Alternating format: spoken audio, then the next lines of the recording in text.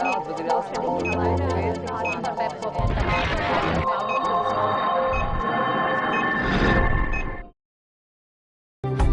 कितने परसेंट आपको लगता है कि आज हिना रेड कार्ड ले लेगी?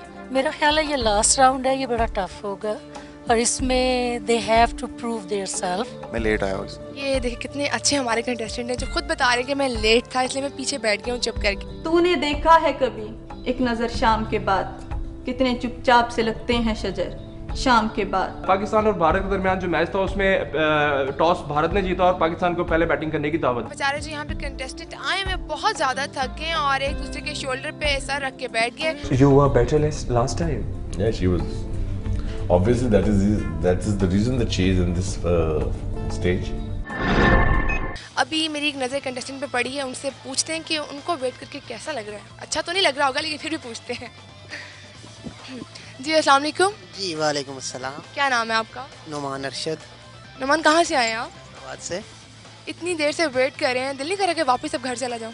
नहीं, आखिर कंपटीशन है, हिस्सा लेने आए हैं तो खेल के जाएंगे इंशाल्लाह। विन और लूज डजंट मैटर, लेकिन खेलना तो है ना। अच्छा क्या लगता है कि आज कितने परसेंट चांसेस लग रहे हैं आपको कि आपको रेड कार्ड मिल जाएगा? Very rare frankly speaking. Guys are rare, they are too good और बहुत अच्छे लोग हैं, बहुत टैलेंटेड लोग हैं। मतलब वेरी मच कॉन्फिडेंट कि इनको मिलेगा और मुझे नहीं मिलेगा। अब तो मेरे हाल में कार्ड भी कम रह गए हैं अब, और कॉन्फिडेंस बढ़ रहा है या कम हो रहा है? नहीं, अगर मैं समझता हूँ जो होस्ट या एंकर होता है बाय डिफ़ॉल्ट होता है, आप बन नहीं सकते।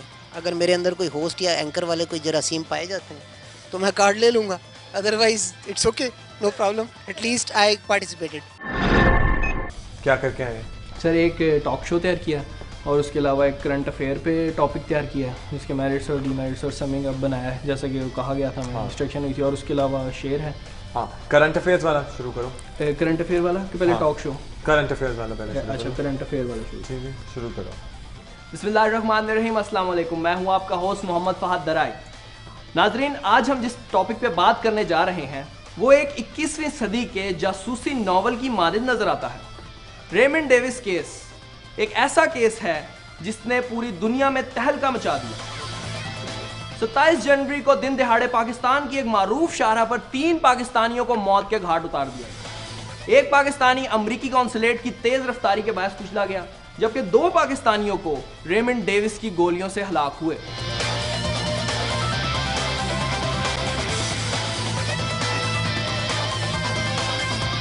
हमें यह दुनिया को बताना होगा कि हम दुनिया के गुलाम नहीं हैं।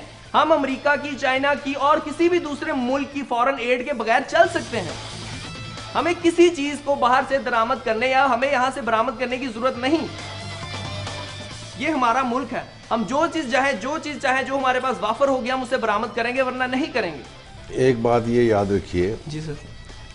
जो चीज़ हमें ज़रूरत होती है वो हम दरामद करते हैं और जो चीज़ हम यहाँ बनाते हैं उसको बरामद करते हैं। नहीं सर, वो आजकल ऐसे हो रहा है ना कि हाँ, चीनी तो महंगी हो गई है वाली चीज़ें जो है वो हमेशा फॉरेन एक्सचेंज लेके आती है। बिल्कुल सही। नहीं, तो आजकल ऐसा भी तो हो रहा है ना, चीनी महंगी हो रही है और ये तो यहाँ की पूरी करने की बजाय हम उसे बाहर भेज रहे हैं, सिर्फ यही इसी चक्कर में। जो आप बता रहे हैं these are very unpractical से सॉल्यूशंस हैं। कुछ किताबी सी बातें लग रही हैं कि हम फॉरेन, ये तो मुझे लग रहा है कि मैं किसी मौलवी का जलसा सुन रहा हूँ। नहीं सर, कि ओहो हम फॉरेन एड के बगैर नहीं चल सकते सर। चाइना सर क्यों नहीं कुछ नहीं हो सकता सर, हो एनीहाउ और सॉल्यूशंस की तरफ है। अच्छा जी, वहीं से कंटिन्यू करें। हाँ, वहीं से कंटिन्यू। बैरूनी एड्स को हमें रोकना होगा। हम एक एग्रीकल्चरल मुल्क है।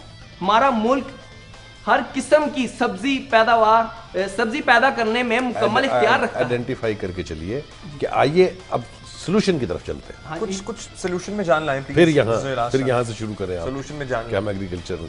ठीक है, हम एक एग्रीकल्चरल मुल्क है।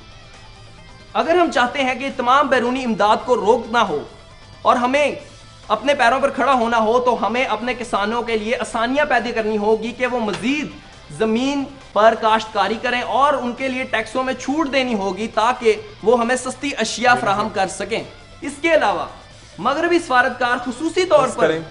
Thank you. अच्छा जी, ये तो आपका हो गया प्रोग्राम।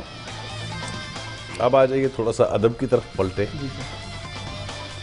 कौन है फेवरेट शायर आपका? सर फेवरेट शायर तो कोई एक खुसूसी नहीं है, जो टेस्ट के मुताबिक, जो ज़ौक़ के मुताबिक अच्छा लगे। तो उसी से तो फेवरेट शायद पैदा होता है जब आपके टेस्ट के मुताबिक उसका। चलिए बहरहाल आप बता दीजिए किसका कलाम आप सुनाएंगे। गालिब का कुछ है, कुछ फराज वगैरह। तो गालिब को आप अपना फेवरेट पोएट कहने में शर्मिंदगी नहीं सर, फेवरेट पोएट कहने में शर्मिंदा नहीं, लेकिन एम ही मैं अपनी एक कहूँ कि मुझे उसकी यानी कि सारी शायरी की वो समझ नहीं आती, क्योंकि उसके वर्डिंग काफ़ी मुश्किल होती है, तो कुछ कुछ तो समझ लगती है। अच्छा आप क्या सुनाएंगे जो अच्छा लगता है? गालिब का ही मैं थोड़ा सा करना चाहूँगा। गम खाने में बुदाए दिल नाकाम बहुत है, ये रंज के कम है मये गुलफाम बहुत है, कहते हुए साकी से आती है शर्म के यूं तो। चलिए आप इंतजार करें बाहर बैठ के, भी आपके बारे में फैसला करना मुमकिन नहीं है, इसलिए कि आपसे हमारी तवक्कुआत बहुत ज़्यादा थी, इसलिए कि पिछले राउंड में आपने बेहतर परफॉर्म किया था। हमारा ख्याल ये था कि आप इस दफ़ा बहुत बेहतर तैयारी करके आएंगे। प्रोग्राम का फॉर्मेट जो शुरू में था वो बेहतर था आपका, लेकिन बाकी सारा मामला जो है बाकी सारे मामले में भी तवज्जो देनी थी जो कि नहीं दी आपने। ठीक है, आप बाहर बैठिए, इंतजार कीजिए, फिर आपको 5 के बैच में बुलाएंगे। ठीक है जी, thank you sir. Thank you. बिस्मिल्लाहिर्रहमानिर्रहीम। प्रोग्राम जर्नलिस्ट में आपको खुशामदीद कहता हूँ। मैं हूँ मोहम्मद आरिफ मुकीम। ख़वातीन व हज़रात, आपने अपने गिरदो नवाह में अक्सर एक मुहावरा सुना होगा। ये मुहावरा बसा औक़ात ऐसे अफराद के लिए बोला जाता है जिन्हें पैदाइश से लेकर ज़िंदगी के तमाम मराहिल में दुनिया की आसाइशात, उनकी ज़रूरियात, उनकी ख्वाहिशात उनके कदमों में निछावर होते हैं। ऐसे अफराद के लिए कहा जाता है कि ये लोग सोने का चमचा लेकर पैदा हुए हैं। लेकिन ख़वातीन व हज़रात, एक तवील फहरिस्त है मेरे पास जिसमें हमारे MNAs और MPAs के नाम हैं, जिनको देखकर मुझे ये एहसास हुआ कि ये लोग न सिर्फ सोने का चमचा लेकर पैदा हुए, बल्कि ये लोग इक़्तिदार का डंडा लेकर भी पैदा हुए, या इन्होंने आँख ही इक़्तिदार की कुर्सी पर खोली। इन्हें इन मुआशी आसाइशात के साथ साथ सियासी आसाइशात भी इनको इनके घरों में मिल गई। इनके वालिदैन या दादा दादी, नाना नानी, कोई एक जिसने पाकिस्तान की सियासत में अपना किरदार अदा किया, जिसने पाकिस्तान की सियासत में जमहूरियत की बुनियाद रखी, या किसी भी तरह से पाकिस्तान की सियासत में अपना किरदार अदा करते रहे, ये लोग उन्हीं का बोया खा रहे हैं। मैं ये नहीं कहता कि ये लोग सलाहियतों से बिल्कुल आरी हैं, लेकिन ये ज़रूर कहता हूँ कि जिस तरह हमारा मुआशी निज़ाम सिमट कर चंद घरों, चंद बिजनेसमैनों तक महदूद हो गया है, ऐसा लगता है जैसे हमारा सियासी निज़ाम भी सिमट कर चंद घरों और चंद शख्सियात तक महदूद हो गया है। ख़वातीन व हज़रात, आज मैंने अपने मेहमान बुलाए हैं जिनसे मैं ये सवाल करूँगा कि क्या पाकिस्तान के आइन में ऐसी कोई शिक मौजूद है जिससे हम मौरूसी सियासत का रास्ता रोक सकें।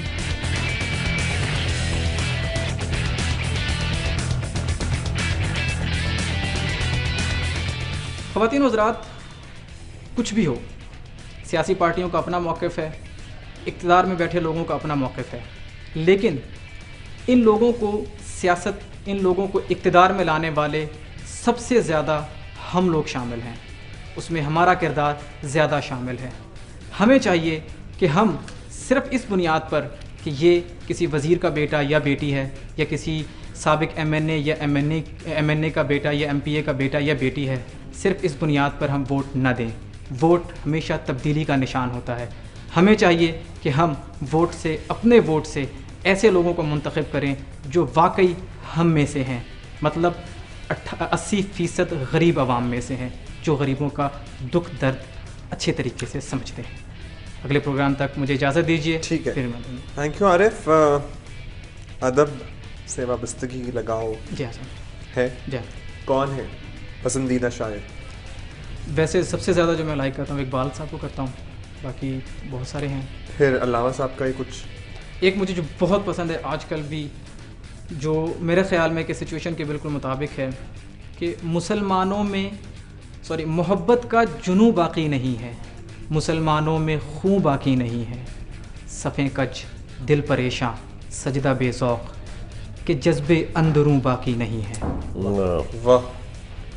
मैं एक मोहसिन नकवी का एक शेर सुनाना चाहूँगा जो बिल्कुल अभी हमारे इसमें है कि कत्ल छुपते थे कभी संग की दीवार के बीच, कत्ल छुपते थे कभी संग की दीवार के बीच, अब तो खुलने लगे हैं मक्तल भरे बाजार के बीच।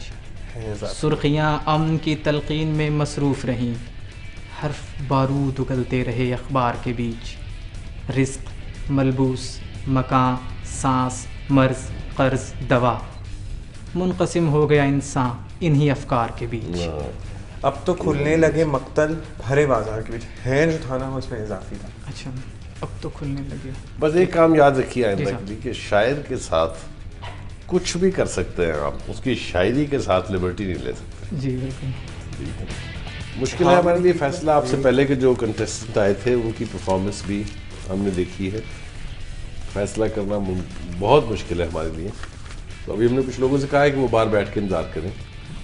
आप भी प्लीज़ ज़रा उनके साथ बैठ जाइए। अभी थोड़ी ही देर के बाद एक कंटेस्टेंट के बाद Within फिर आपको 15 minutes you would be actually told that what had ठीक happened to you. ठीक है, good luck. Thank you sir.